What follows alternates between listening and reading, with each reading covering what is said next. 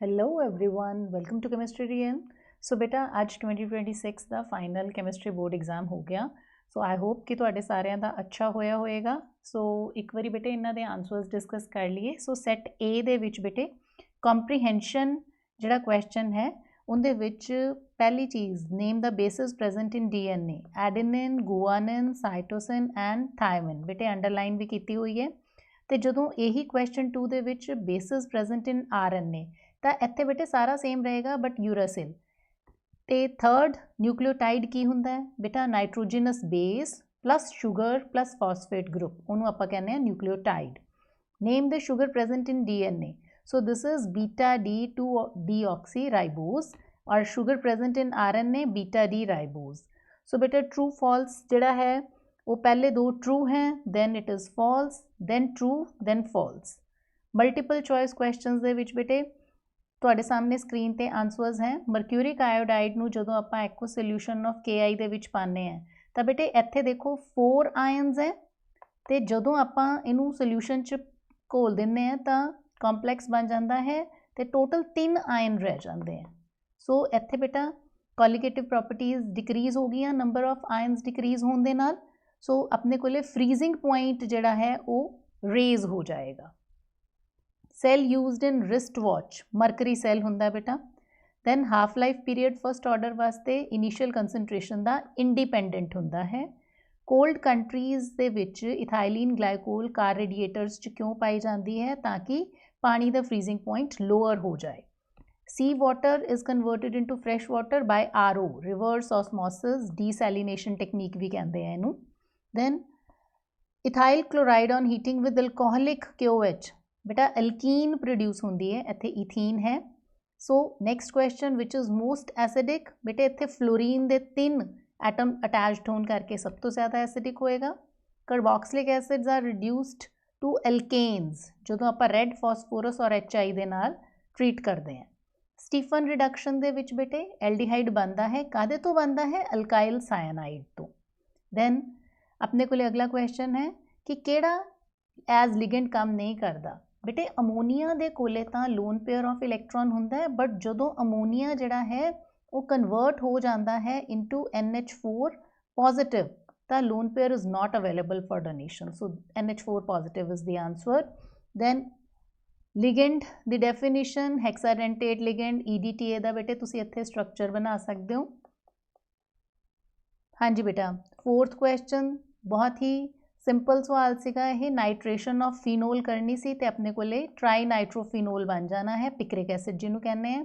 Esterification मतलब alcohol दे विच carboxylic acid पावांगे ते ester बन जाता है। बेंजीन तो बेंजोफिनोन जे आपां बनानी है तो फ्रीडल क्राफ्ट एसाइलेशन की हेल्प नाल आपां दिस इज़ बेंजोफिनोन। उस दे बाद बेटे काफ़ी आसान क्वेश्चन सीगे वाले। Then question number 10। सो बेटे इस numerical the which I have solved it over here. आपां इत्थे फाइंड आउट करना है टैंपरेचर जिस ते सोल्यूशन फ्रीज करेगा। सो फ्रीजिंग पॉइंट ऑफ सोल्यूशन दा आंसर अपने को डिग्री सेंटीग्रेड च भी आ सकता है तो कैलविन च भी आ सकता है। So here are the answers. Then अपने को और पार्ट दे विच जिहड़ा क्वेश्चन है बेटा इत्थे आपां molal elevation constant KB calculate करना है तो इनका आंसर 0.52 आता है। किद्दां आंदा बेटा वो तुसीं इत्थे देख सकते हो कि जो वैल्यूज़ आपां नूं गिवन है आपां नूं बेटे पता ही है कि वाटर जिहड़ा है 100 डिग्री ते बॉयल करता है। सो डेल्टा TB अपने को आ गया, उत्थों दी आपां KB दी वैल्यू 0.52 कैलकुलेट कर ली। Now next is 13th question जिहड़ा न्यूमैरिकल है। सो सीधा formula T½ is equal to 0.693 upon K।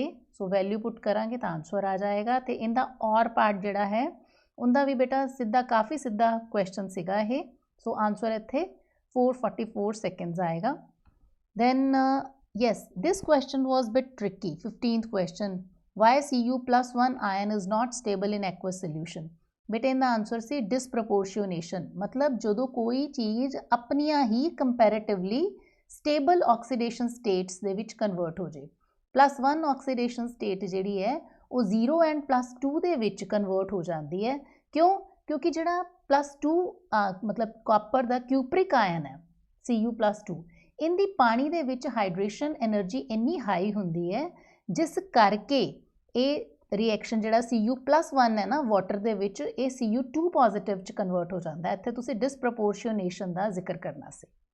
16th question ਦੇ ਵਿੱਚ ਇਹ ਵੀ ਸਿੱਧਾ ਹੀ ਕੁਐਸਚਨ ਹੈ ਬੇਟਾ, ਇਹਦਾ ਆਨਸਰ ਕਿੱਦਾਂ ਨਿਕਲਣਾ ਸੀ, ਪਹਿਲਾਂ ਤੁਸੀਂ K ਕੱਢ ਲੈਣਾ 20% ਕੰਪਲੀਸ਼ਨ ਵਾਸਤੇ ਤੇ ਫਿਰ ਤੁਸੀਂ ਉਸ ਦੇ ਬਾਅਦ ਟਾਈਮ ਕੱਢ ਲੈਣਾ 75% ਕੰਪਲੀਸ਼ਨ ਵਾਸਤੇ। ਇੱਕ ਆ ਕੁਐਸਚਨ ਬੇਟੇ ਥੋੜਾ ਜਿਹਾ ਟ੍ਰਿਕੀ ਲੱਗਿਆ ਹੈ ਬੱਚਿਆਂ ਨੂੰ ਕਿ why does silver chloride dissolve in methylamine solution.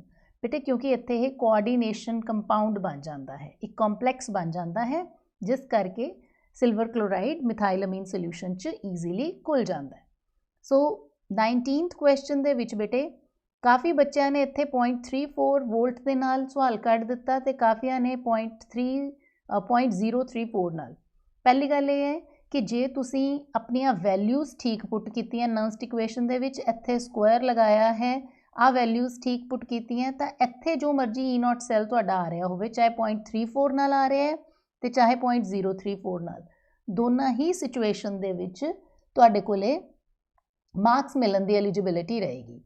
Then जिहड़ा और पार्ट जिन्हों आपां उही काफ़ी डिफिकल्ट मान रहे हैं बच्चे, बेटे अपने कोले आ फॉर्मूला हुंदा है ना इलैक्ट्रोड पोटेंशियल दा नर्स्ट इक्वेशन के अकॉर्डिंगली। सो इत्थे जदों log H positive negative log आता है तो बेटे उन्होंने असी कह दें ना ये नैगेटिव आ गया कि वो PH होएगा।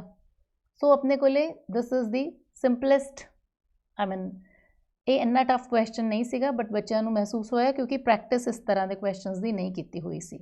बाकी बेटे काफ़ी ज़्यादा सिंपल पेपर सी, मतलब मैं इस पेपर नू मॉडरेट कहूँगी कि ठीक है टेक्निकली साउंड सीगा पेपर तो बहुत घट मार्क्स वाली कोई गल नहीं है। सो 2-3 क्वेश्चंस जिहड़े सीगे वो थोड़े जे डिफिकल्टी लैवल उन्हां दा अप किया जा सकता है, बाकी इंपॉर्टेंट और अच्छा बैलेंस्ड पेपर सीगा। आई होप कि तुसी सारे बहुत अच्छे मार्क्स लियाओगे। जो तुहाडा रिजल्ट आएगा बेटा तो प्लीज़ कमेंट सैक्शन च जाके मैनू ज़रूर अपने मार्क्स दसना। All the very best.